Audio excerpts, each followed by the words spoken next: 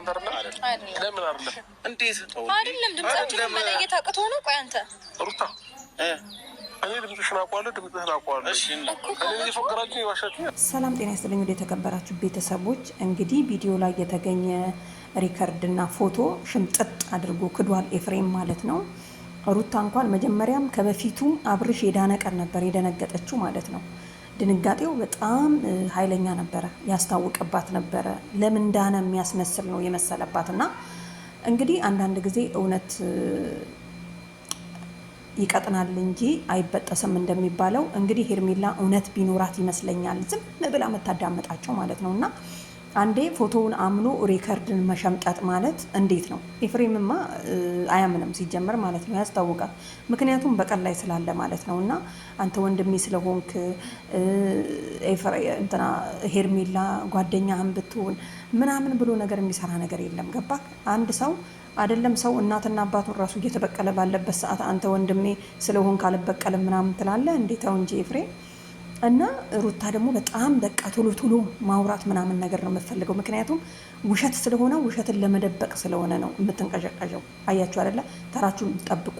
ሩታ ዝም በይ ይደርስሻል፣ ሰጠውሽ አይደለ? የምታወሪው ነገር አለ፣ የምታወራው ነገር አለ እያለ ነበር አብርሽ። እና ሄርሚ በጣም የገረመችኝ ነገር ትዕግስቷ።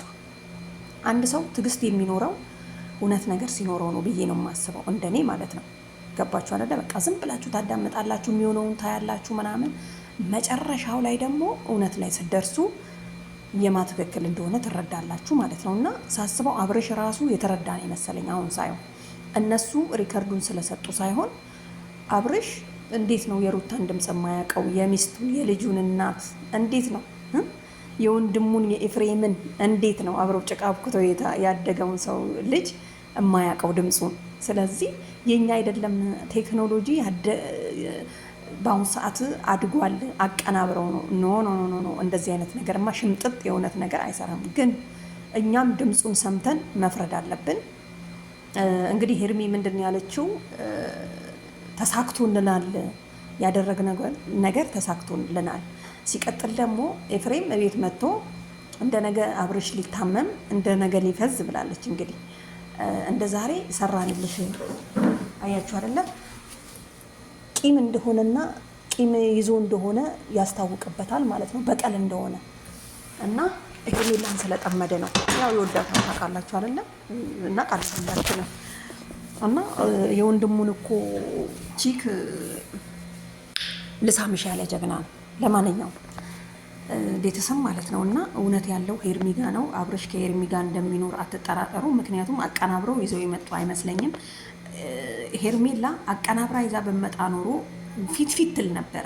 ገባችሁ አይደለ? ፊት ማለት በቃ መናገር፣ ዝም ብላ ትለፈልፍ፣ ያንን እውነት ለመደበቅ ውሸት ለመደበቅ። እነ ሩታ እያደረጉ ያሉት አሁን ኤፍሬምና ሩታ ውሸትን ለመደበቅ ውሸት ላይ እውነት ላይ ቆመዋል። ገባችሁ አይደል? ስለዚህ ያደረጉት ነገር ትክክለኛ ነገር አለ። ኤፍሬም ያቺ ሩታ ባሏ ስለሆነ ቅናት ነው። ኤፍሬምም ደግሞ ሄርሜላን ስለሚወዳት ሊበቀላት ነው። ስለዚህ ሁለቱ ተስማሙ፣ የሚፈልጉትን ነገር አደረጉ፣ ልጁን ከጥቅም ውጭ አወጡት። አያችሁ አይደል? ስለዚህ አሁንም ቢሆን ነገም ቢሆን ሄርሜላ ንጹህ እንደሆነች ታስታውቃለች። አትንቀዠቀዥም፣ እርጋታዋ። አያችሁ አይደል? እና ውሸት ነገር ስታረጉ፣ በሰው ላይ ተንኮል ስታስቡ ምናምን ነገር ያንቀዠቅዣቸዋል። እሱ ራሱ እውነቱ ነው እንድትናገሩ ውሸት ስለሆነ ለማጋለጥ ነው የሚያንቀዠቅዠው ማለት ነው። ስለዚህ ሩታዬ አትንቀዥቀዥ፣ ትንሽ ረጋ በይ። ምክንያቱም ያስታውቅብሻል። የኔ ፎቶውን አምናችሁ ሪከርዶ የኛ አይደለም እንግዲህ ካፌውን አምናችኋል። ስለዚህ ያወራችሁት ነገር ነው የተቀዳችሁት።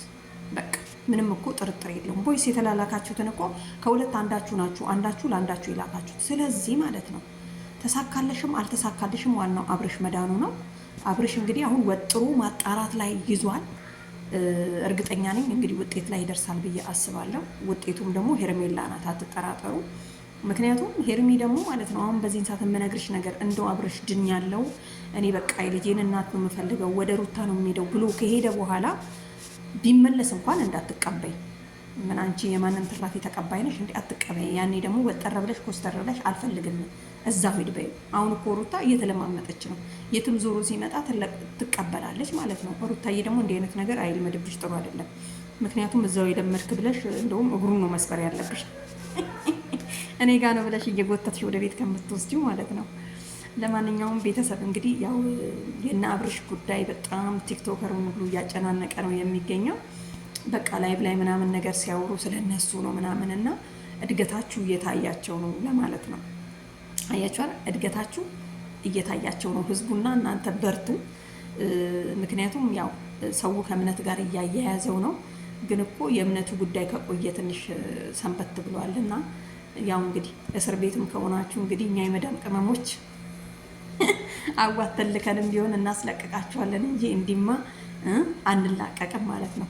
ለማንኛውም ቤተሰብ እንግዲህ ያው ሌላ ኮንተንትም ቀይራችሁ መምጣታችሁ አይቀርም። ዛሬም ሳዳምጥ ነበርና በስልክ ሁሉ ተስፍሽ ጋር እየተደወለ ነው ድምፅ እየተሰጠባችሁ ያላችሁት እና እናንተ ደግሞ ስራችሁን ቀጥላችኋል። አሁንም ቀጥሉ ባይነኝ እኔ ማለት ነው። ለምን መሰላችሁ? አንዳንድ ጊዜ ሰዎችን እንትን ሲሉ እንደተናገርኩት ሰው ሲገፋው ያ ሰው እየተበለጠ እንደሆነ ያስታውቅበታል ማለት ነው። እና ቤተሰብ እንግዲህ ሄርሚ ያው እንግዲህ እንደዚሁ አንገትሽን ደፍተሽ አሁንም አቸኩይ፣ ሁሉም ነገር ያልፋል። ቤተሰብ እንግዲህ ለማንኛውም የዛሬ ቪዲዮአችን ይሄንን ይመስላል። አመሰግናለሁ ወዳችሁ ስለምታዩ ማለት ነው።